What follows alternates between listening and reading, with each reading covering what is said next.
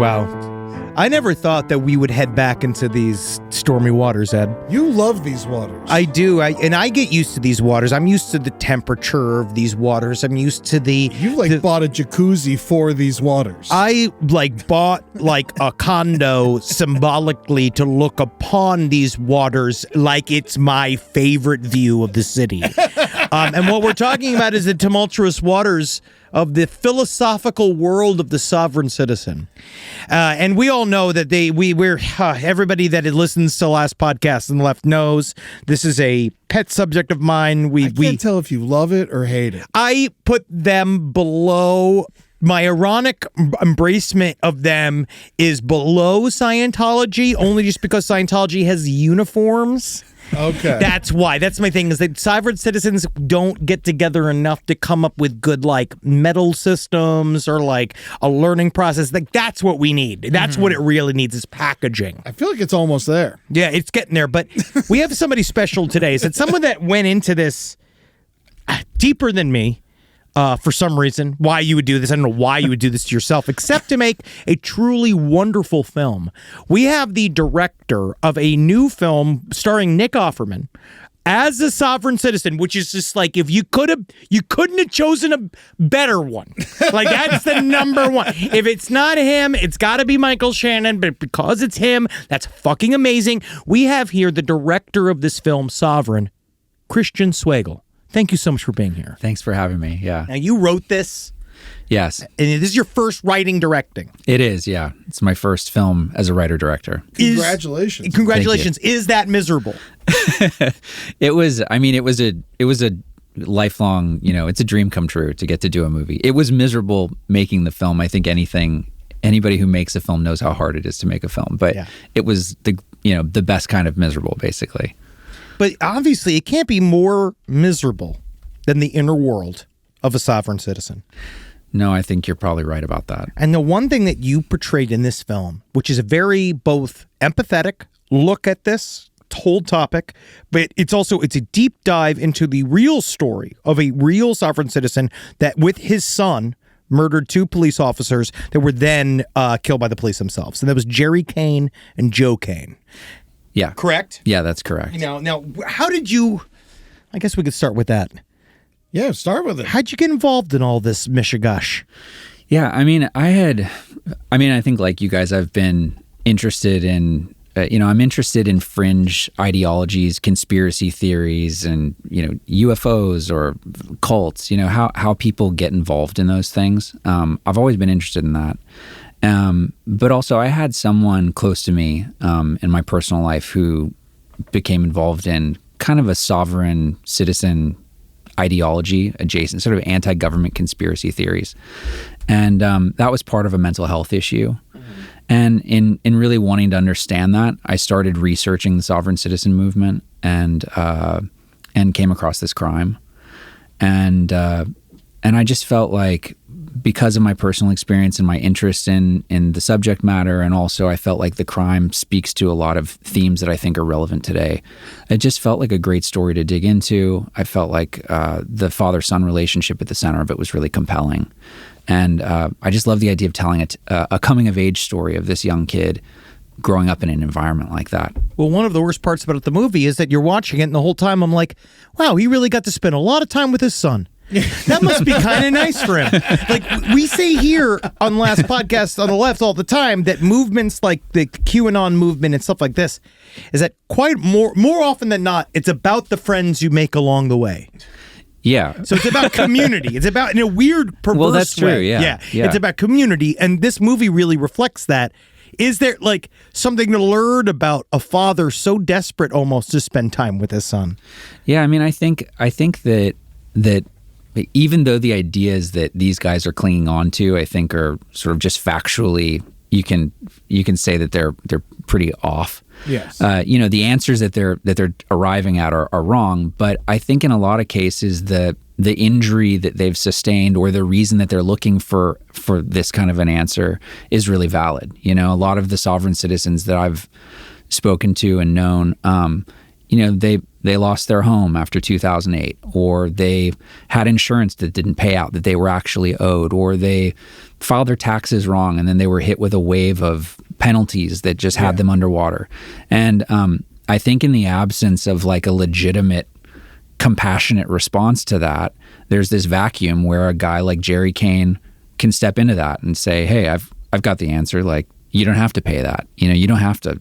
And that's an empowering message, I think, for a lot of people. Especially people without money or extremely desperate. Yeah. So I think to kind of laugh at them is like, and then I do think mental health is a real component to some of it. I think like that guy, the QAnon shaman who was like storming the Capitol or whatever. I mean, I think that guy had legitimate. But now he's so surprised that Trump is turning on them.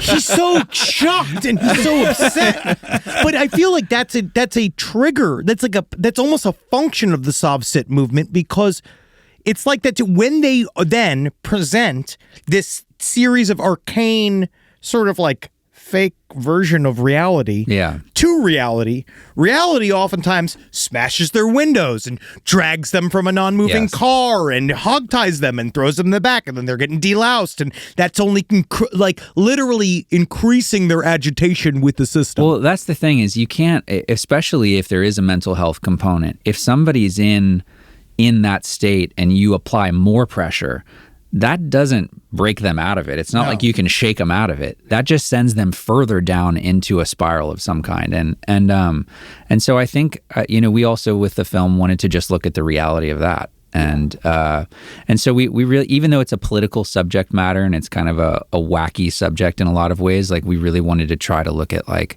okay, what's the reality of the people that are drawn to stuff like this, and what does this feel like from their perspective? Well, as a viewer, you kind of put me there, because in the very beginning, I'm like, this motherfucker's making some points. I'm about to go to one of these meetings in the Holiday Inn. And then as time goes on, you're like, obviously this is wrong. You're waiting for it to break, but how much of these guys that you've met and you've worked with or whatever, and you've studied, is it always mental health, or is it desperation? I have to say most that are like the guru types that are really online and really bought in, I do think in most cases I've seen there's some sort of a mental health issue. I don't know if that tips into like mental illness. It could be maybe just a personality, eccentricity. Yeah.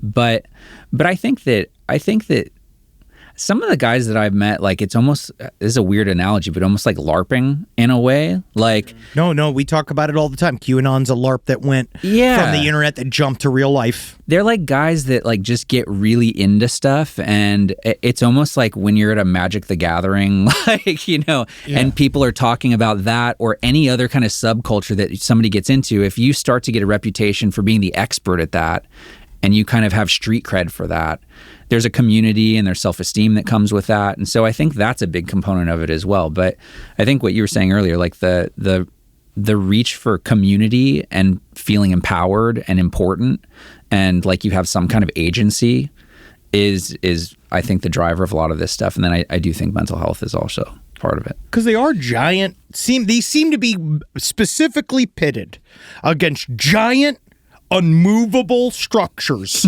within American society. It's like the IRS, the bank system, the literal Constitution of the United States of America. And they're like, it's such a big, epic battle. It's a big, epic thing that I feel like when a housewife discovers methamphetamine at like 45, like it feels like that. Where it's like it's adding this amazing, like Tolkien-esque, like fantasy structure to your life. Oh yeah, absolutely. I mean, I think part of it also is like you see in some of these bigger confrontations that make the news, like the Canes or any of the videos you see where one of them finally goes to the federal building and takes a stand. It never ends well for them. They always but what I saw in meeting a lot of them is they're kind of working up the courage to test that theory in real life a lot of times. It's a long path to kind of, that's why Jerry's character in the film and in the research of him, like cowardice was such a big part of what he was trying to overcome. He talked about his father being a coward, and he talked about, and and so I think the ones that do kind of step forward with this and try to test those theories, they see themselves as like being brave in that sense. Did you all right, so I'll know that when we've ever covered this subject, what I also love about Sovsits is that it's a kaleidoscope of different approaches to the topic. And one thing I do know is that sovereign citizen's a slur in their world, right? They don't like it's become that, yeah. Yes, they don't like the term sovereign citizen. But isn't that what they call themselves? No, now it's either there's private nation, right? The member of a private nation. There's like dozens of different terms that I've heard, but yeah. Have you yet received your actually pick apart like approach from a sovereign citizen? Has someone watched the movie and be like, let me tell you what you got wrong, or what you did wrong? Yeah, it was a little bit sort of freaky, but we had a screening of the film, and after the screening had a Q&A, and then I went home and a friend of mine sent me a link and was like, oh, there's a picture of you from the Q&A. And there was a sovereign citizen who was first row at the Q&A and said, I went and saw this film, and actually, you know, these guys were wrong because they didn't follow the right program, and here's why my program's different. And I appreciate that. I mean, you know, it was civil, but he, you know, his take on it was Jerry did not know the correct language, and that's why he was not successful. But there is a program out there that does have the correct language. Are you worried that some people are going to see this movie and think Jerry's a hero? Yeah, but you know, I think the thing is that it happened. You know, it's I'm concerned about that. I'm concerned about how do the families, how are they going to react to this? You know, how are people going to interpret this? But that's the complexity of the real world we're living in. Yes. It's an event that happened. You know, unfortunately, the bad things that happened, we can't go back and change those. But I think taking an honest look at it, even if it's difficult or complicated to look at, is a step towards trying to understand it and maybe prevent it in the future. It seems like it's incredibly accurate. We tried to be as sort of honest about it in all aspects of the approach. We tried to be sort of as objective about it as possible without editorializing too much. And how were you able to keep the son's story accurate? That storyline, you know, there's not a ton of information online about him because he was a minor, but we do know. But he was the one that technically killed the police officers. Yeah. Yes, he was. And you know, there was a lot of information. There was a lot of information online about Jerry Kane and about this crime specifically. So there were police records. There were the videos online. There were actually some case studies. Academic papers that were written about this crime as a case study in extremism, really. But the details of their relationship, really, the father-son, that, you know, that's artistic license. It was just trying to put that was part of it that I felt like, with my experience in my personal life, knowing someone who had gone through this, I felt like I had a unique perspective to maybe write that son character in a way that would feel honest. I think what you did very well in the film is that idea, kind of what you were saying. Like Eddie was joking right before we were recording, is that he was watching it with. I'm sorry, Eddie. What is with this cup? I get this huge. This is the worst cup choice for an interview I think I've ever seen. This is a bad choice. 2-foot pink straw. I'm doing my best. I'm doing my best. This is a very serious subject. I needed to be caffeinated. All right, that's how it is. I brought along straw because it's fun. It's fun for me. All right, it's better than an AK-47. Yes. Now let's continue. And he was sitting with his wife. They're watching the movie, and his wife, lovely woman, absolutely one of the most empathetic, kind women you've ever met in your life. And she was like, "He's got a lot of points." Immediately up top, I had to like pause it and be like, "Listen, I have, you know, let me explain quantum grammar." But there is what you did great in the movie is that where it starts with that's an aggrieved man. We can now see, and then, of course, we see all the things laid out up top. His wife was dead in childbirth. He is upset about the world in general. He's been screwed by the IRS. Who hasn't? Yeah. Right? Who hasn't been fucked with by insurance companies? Because the whole time I'm like, fuck the IRS. Fuck the banks. You know? I'm with you. Yeah. But you do a really good idea of that, because that's what it is. The Sovsit specifics, the specific I guess, goal is to work yourself up to trying the stuff in an applicable environment. Yes. Right? Like, that's kind of the whole thing. There's no point to being a sovereign citizen unless you have an engagement with a police officer, correct? Yeah. Right? Like, because there's really nothing else you get out of it. It's just about how to get out of being arrested, ostensibly, for the most part. But can't they see that, like, what they do great, what you did great for the movie was through the son's character of him starting to realize in those moments of, like, oh, dad might be really incorrect. Yeah. About this. Now, have you heard from people, now, have you talked about that have hit that wall and have walked away? Or have you talked to people like what is it you think that makes them hit that wall and sometimes double down? In my experience and in the people that I've met and known, that confrontation almost always leads to doubling down. I've never seen somebody get hit, like the police break the windshield and then somebody walk away afterwards and say, well, I tested that theory. It didn't work out. Didn't work, yeah. Or shoot, they just took my house. That didn't work out, No, and in most cases, I've seen that lead to a doubling down. It's kind of like what happens to these doomsday cults, when the clock strikes and the world doesn't evaporate or whatever. They don't just pack it up and go back to their lives. They usually have a reason why it's still coming and it's still right. I think once you're locked into that thought system, it's very hard to escape. It's so fascinating to me because there's like with other cults, like I think even calling it a cult is hard, right? Because it's not. It's like a series of almost like get rich quick almost schemes that you apply to, but it's for legal weird things. Leaders pop up like Jerry. Yeah. But why do you feel like maybe it's because, like, in Scientology, in the end, you will never know.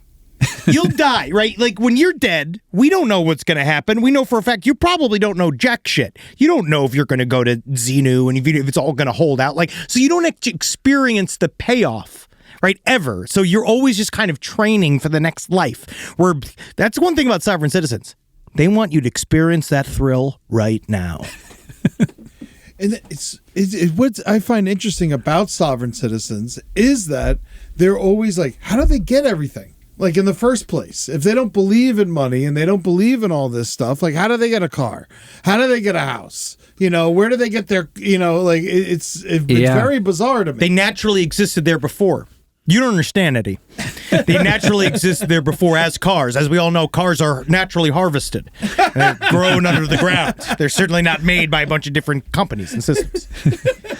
Yeah, I mean, I think it's that evolution from, in the case of Jerry Kane, he was a roofer. He was a truck driver. He was a guy that was, in trouble in a lot of different ways. But he actually had skills that applied to real life that actually could be very lucrative and like helpful. Yeah, and I think that a precursor to a lot of this is being rejected from a lot of those things, being fired, or maybe you're not very good at your job, or maybe you have some sort of defiance disorder and you can't really have a boss, I think there's the drive that I've seen from a lot of people that are in this movement specifically, though, is this feeling of like powerlessness, feeling like if you had a boss, hating having a boss, I'm my own boss. I hate me.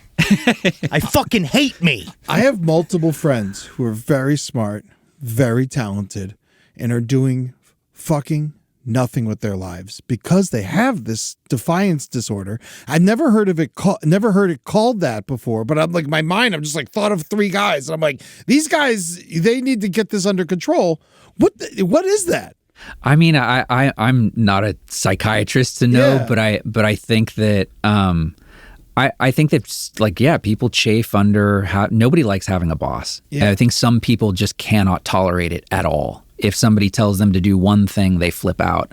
And I think it's that's a complex psychological, stew or makeup that leads to something like that. But I think a lot of this comes from that place in some ways. Did Jerry Kane hold those meetings? Like, was he the leader of those meetings? Was that a real thing that happened? Yeah. So a lot of those speeches were really verbatim from his seminars. He had these seminars, and you can see him online. And so it was great because a lot of the language that's used in the film is directly stuff from his speeches. Dude, when he said, "I'm traveling," my wife and I cheered, man. It was like, we're like, he said it. He said it. And then, like, all day since we've watched the movie, my wife and I are walking around going, "It's a straw man."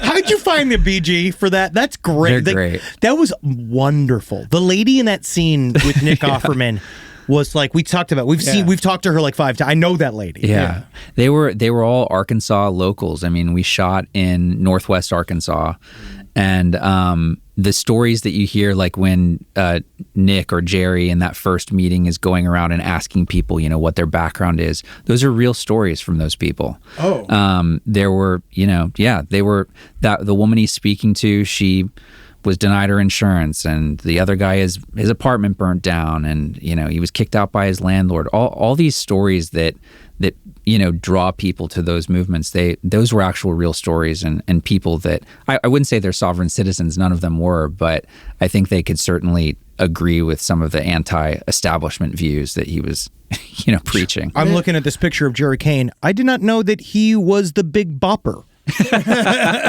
Wow, Eddie, you look just like him. Yeah, I do. Nick did a great job, but you could have talked to me. Yeah, wow. Can I actually, when you're working with Nick Offerman, obviously Nick Offerman played probably the most famous libertarian character of all time in Parks and Rec, Ron Swanson. When you're doing that with him, did you ever have any conversations about, like, this is a Ron Swanson, like, because he definitely, like, there were shades. Like, I saw shades of it in it. But you could kind of tell, like, he must have made a decision being like, this is a deadlier version of Ron Swanson. Like, this is like something else. Like, did you have conversations about like that when it came to performance? It's funny. Like, I think I had the benefit. I love Parks and Rec now, but I wasn't introduced to Nick through Parks and Rec primarily. I had actually seen him first in this series, Devs, that Alex Garland did. Yes. And so, and I mean, I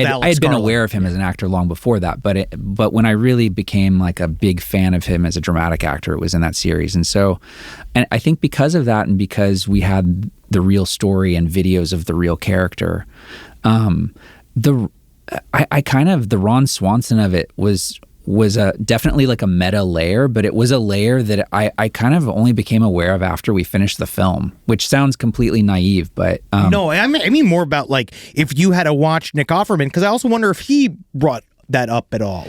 Yeah, I mean, I think he must have been aware, certainly on some level of it, but I think that in his performance, Nick is an incredible artist. He's like the best, and he's the best person to work with. I hit the lottery on my cast in this film. This is a deep-ass cast. It's a great cast. For a first movie. Yeah. Dennis Quaid. Yeah, he's great. Crushed this movie. Yeah. And Jacob Tremblay, he's like the go-to sad kid. He's very good at being sad. Yeah. No, I mean, for a first-time filmmaker to get the trust of actors like that to do an independent film is unheard of. So it's fantastic. But yeah, I mean, it's funny because in Nick's performance, he's so warm naturally, and he's so funny that when you put him in front of a crowd of people, like in those seminars, in between takes, he was doing his comedy. I mean, everybody was screaming, laughing. Yeah. And so we'd go into these takes, and you'd have to be like, remind him, like, Nick, you look down on these people. Yeah. You're taking from them. Yeah. Stop being so likable in between takes, please. Yeah. Take the warmth down, please. Yeah, Jerry Kane probably would have done much better. Yeah. If he was you. Yeah. True. Do you wonder if that actually can even... Look, we better not educate him too much. Because I think one of the big issues, truly, with the sovereign citizen movement is because they genuinely don't have a charismatic center. Like, every single one of these guys that seem to sort of step up to be the new center either flames out, gets themselves murdered, or they don't got that X factor. I mean, I think because they live in the world of this legalese jargon, and there's so many other guys that are out there gunning for them with jargon, that the conversation just becomes really boring at a certain point for most people. That's what happened to me. If you're arguing about an affidavit of truth versus a negative averment versus a people tune out at a certain point if you're not completely dialed into that. Yeah. Well, Henry sent unlike me me. I'm dialed all the way in. Yeah, you sent me like this 3-hour speech from this guy in Hawaii. That was the quantum grammar stuff. Yeah, Because quantum grammar is my favorite stuff. I love you're not your corporate entity. Nothing like the concept of, because they put your name in all capital letters on your birth certificate means that you're not able to be governed. Yeah. Is amazing. What a great idea. God. Who are you? Are we in front of the legal Christian swing? Like, is it, or is this the soul? I know it's kind of heartbreaking when you see those interactions with police, especially, and they're finally like, yeah, who are we dealing with? Is this the straw man right now, or what? And it's just like, well, it seems like the straw man's in here too. Also, what you did, I thought was really cool, is that sometimes in the dialogue, you'll say a thing that was like a blanket. Like, one thing that stuck out to me was Nick Offerman saying, all you have to do is show up to the sun. And it's like, that's all you got to be. You're a superstar. Yeah. If you show up. And that, to me, is the real hook. Yeah. That's like a whole thing. It's kind of what the MAGA thing's doing too. Just being like, you mean like, you're one of the lucky few who get it. Yeah, no, absolutely. I mean, that's the appeal of these movements, I think. The scene with Martha Plimpton where he's sort of helping her overcome her fear, or I do think what these guys have is that courage thing. It's an empowering thing to people of like, you're not just, a normal person who can't pay their bills. You're a special sovereign ruler. It's like a very attractive message to hear, and it's an empowering message. And it seems to get them laid. Yeah. Sovereign citizens always kind of have like a weird sovereign citizen girlfriend. They always got like a weird girlfriend or a boyfriend, or they got a guy on the phone and they're calling him stuff. It's actually kind of nice. It always, and then you did a great job as like, because that was the moment where like, in the movie where I was like, oh, he's a scumbag. Like, it's like, that was the exact moment where I was like, oh, this guy had redeemable qualities, or like he might believe what he's talking about. But when they go to the casino, I mean, it's all out the window at this point. It's like, oh, he's a manipulative scumbag who's just stealing, and it was that really, as someone who like, my mom could have easily become a sovereign citizen. She had a gambling addiction. She was very desperate, always needed money, making the wrong turns, getting into like gambling anonymous meetings where she would meet all these unsavory characters and I had to be like, that person's not making any fucking sense, and so it's just like, I kept seeing like that Martha Plimpton character. I kept seeing my mother in that. Yeah. And it was really hard for me, like at times, because I see her like empty your bank account and like, all right, where's she getting the rest of that money? It's probably some fucking son or some other someone who's like funding all this shit. That's a lady who's abandoned her family to come join him. Yeah, yeah. And I think these charismatic leader types, they justify all of that because it's for the mission. He's got to keep spreading the word. He's got to keep doing her thing. Nothing's more important than that. So if somebody like a Leslie Ann, needs to be sacrificed to that, that's not a problem either. See, but if they don't believe in money, how do they justify taking it from people? That's a level that I don't. Yeah, it's a whole thing, because then we kept saying like, all right, so you don't believe in roads. You don't believe in the concept of names. Like, how are we going to have a remotely sane conversation? Yeah, I mean, it's kind of like when you see these, religious offshoots that use different religious texts as sort of the basis of their movements. I think it's like sovereign citizens have done that with the U.S. Constitution or our set of laws, and each of these guys have their own interpretation of this stuff. I mean, that was one of the things that was fascinating to me, is like you had said earlier, like this kaleidoscope way that people get into the movement. It wasn't sort of like politically dogmatic from what I found. It was like you'd have these Earth Mother types that became sovereign citizens, or you'd have these libertarian types. I mean, it was sort of there's Moorish sovereign citizens. Those guys actually make me the saddest. Yeah. The Moorish sovereign citizens, where it's just even worse. It's like more of a way for black people to be on a collision course with the police for no fucking reason. Like it's so devastating.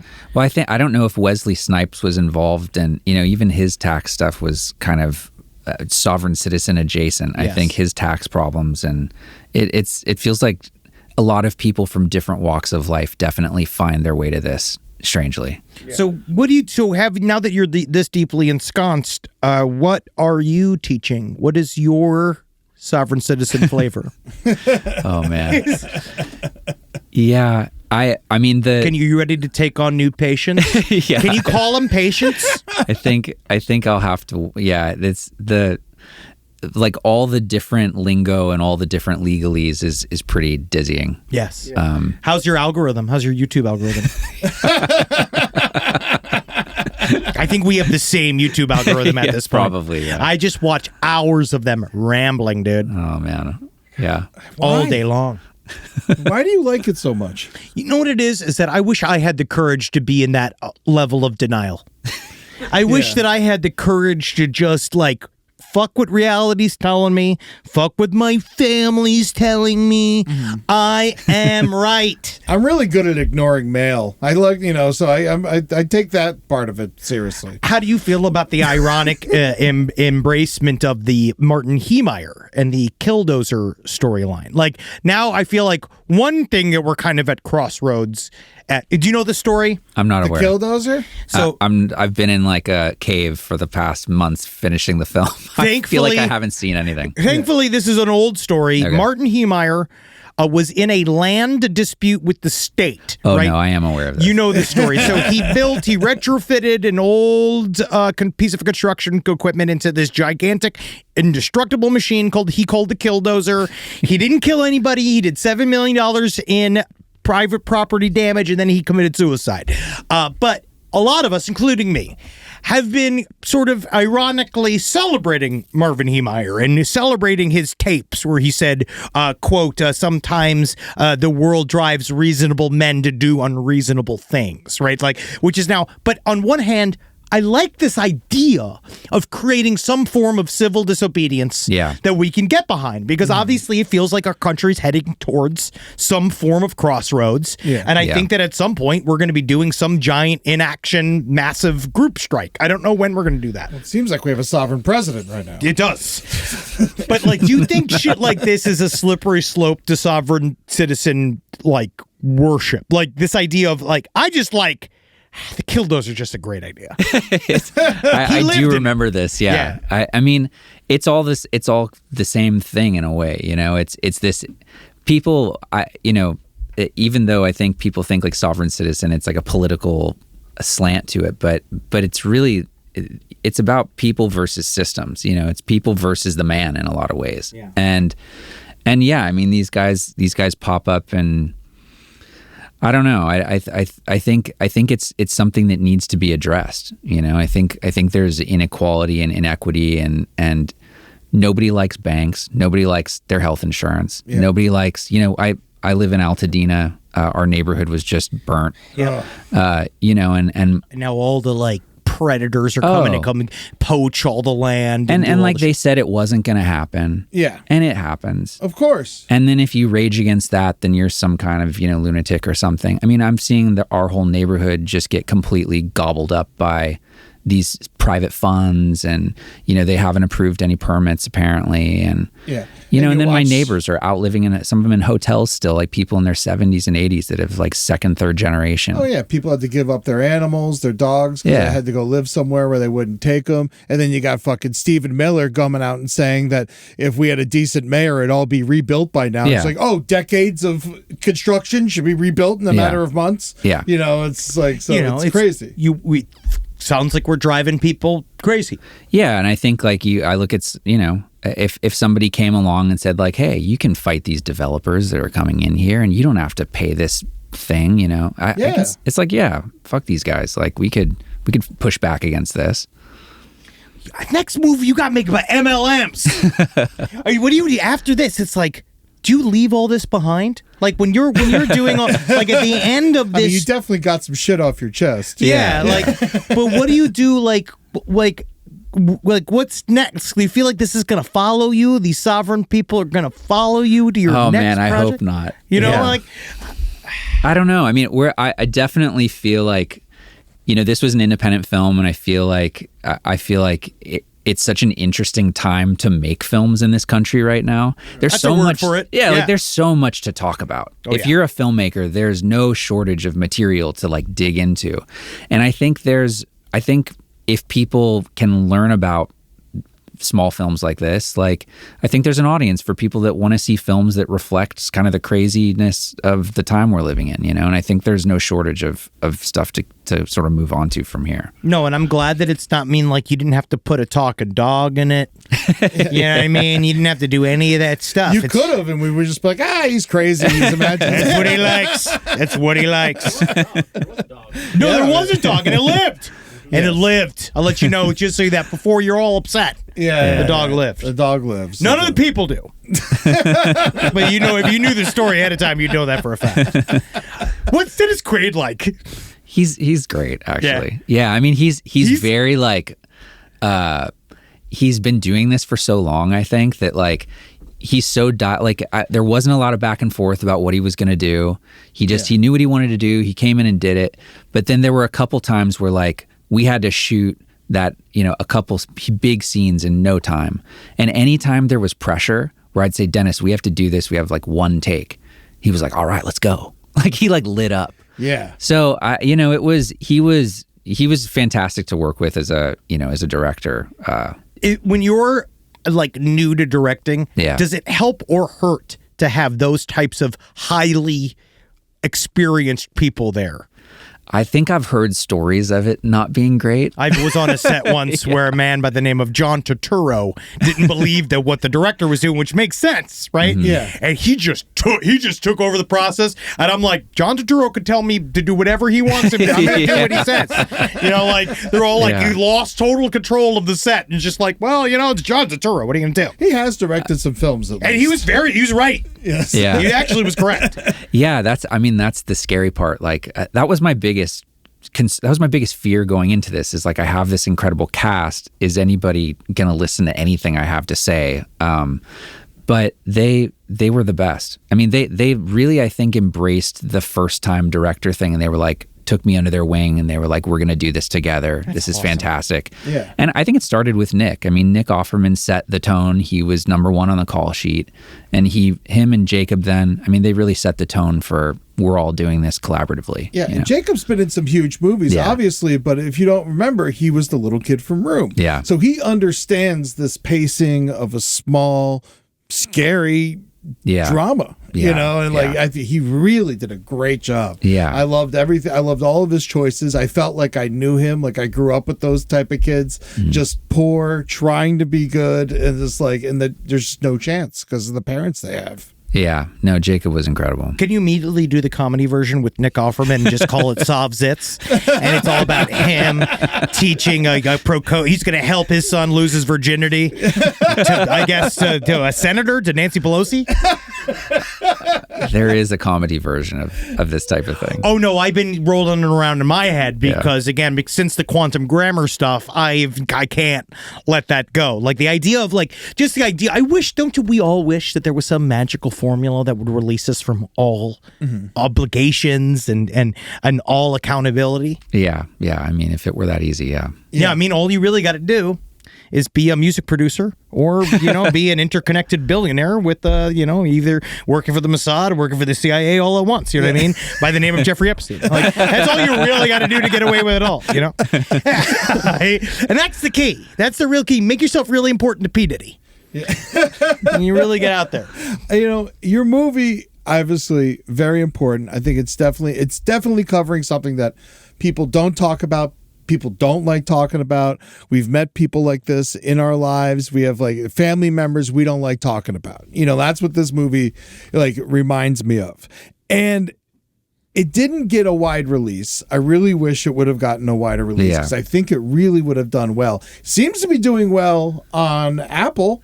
It was in top 10 when I purchased it yesterday. Yeah. And it seems like it's doing well on Apple. So please go watch this film. Go rent this movie. Rent the movie. I rented that dang movie. We need to support independent film. Because I took the extra $5 and I bought it. I'm better than you. Whoa! You know what the funny part is? I'm going to expense it and he's going to end up paying for it anyway. Fuck you! Hey,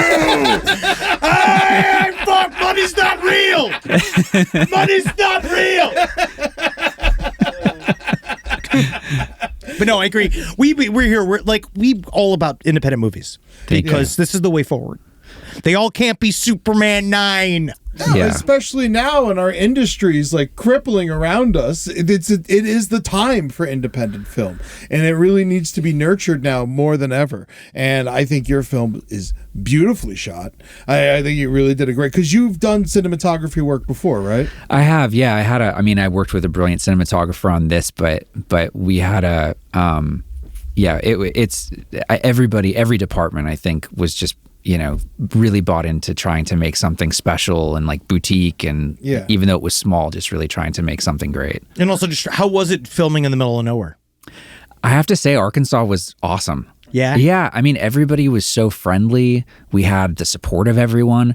They're not jaded to a movie coming to town. They're not like, wanting to know. They were just very excited that a movie was there. So all of our locations were, we pretty much could do what we wanted there. It was a great place, but the weather was awful to shoot because it swung so wildly. And like the big climax at the end of the film, we were supposed to have a couple days for that, and we had to shoot it in one day because we had lightning strikes that shut us down. That's such a complex. I know. The whole with the movie crash is like and easy everything. and talking. But also for an independent production, as an independent production, great action scenes. Thank you. That the ending was that was fucked up.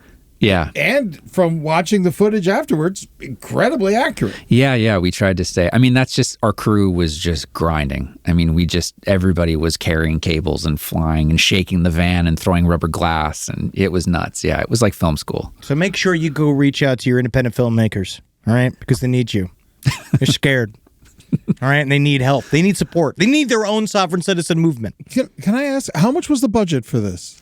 Our budget was around $4 million. Great. Okay. And we had below the line, I'm not sure what it was. It was much less than that. Yeah. And And I knew it was an independent film, obviously, because it has that energy. Mm-hmm. But then I got confused. This is just like a Hollywood question. I see Universal right up top. So they're just the distributor, basically? Yeah. So what happens is we did the movie independently. We have a U.S. distribution company called Briarcliff that handled our theatrical distribution, which was a couple, I think we were in 50 screens or something. And then they partnered with Universal for home video. So they basically released the movie, I'm not sure exactly how that partnership works, but it was, my understanding is it was a home video partnership. Okay, cool. Yeah. Yeah, because I was surprised. I'm like, wait a second, Universal? It's pretty cool to see the logo in front for me as a filmmaker. I bet. Oh, wow. Yeah, I'm a Universal. Yeah, I'm a Universal filmmaker. Yeah, exactly. You in Jurassic World right now. Yeah. I was like, oh, yeah. Well, seriously, go check out Sovereign anywhere you can rent any film, right? Like, I got it on Amazon myself. Yeah, I got it on Apple. Big Bezos head. Big Bezos head. Super happy for those ladies. I'm a Wozniak boy. But yeah, please rent the film. Pay full money for it. All right? Because yes, to most sovereign citizens, money isn't real. But to these filmmakers, money is. All right? So make sure you do that. All right? But wow, thank you so much for being here with us, man. Thank you guys. This is awesome. Christian, you put so much heart into this film and so much personal experience. It deserves all the love it can get. And I really hope it does well come award season and people still give it the love it deserves, because it was fucking awesome. Thank you so much. Really, it's an honor to be here. Thank you. Of course, dude. Just go check out Sovereign. And don't act like the first half is just get past it, okay? Because he's not right. He's not correct. But write down the ideas you like. Some of the ideas are good beginner ideas.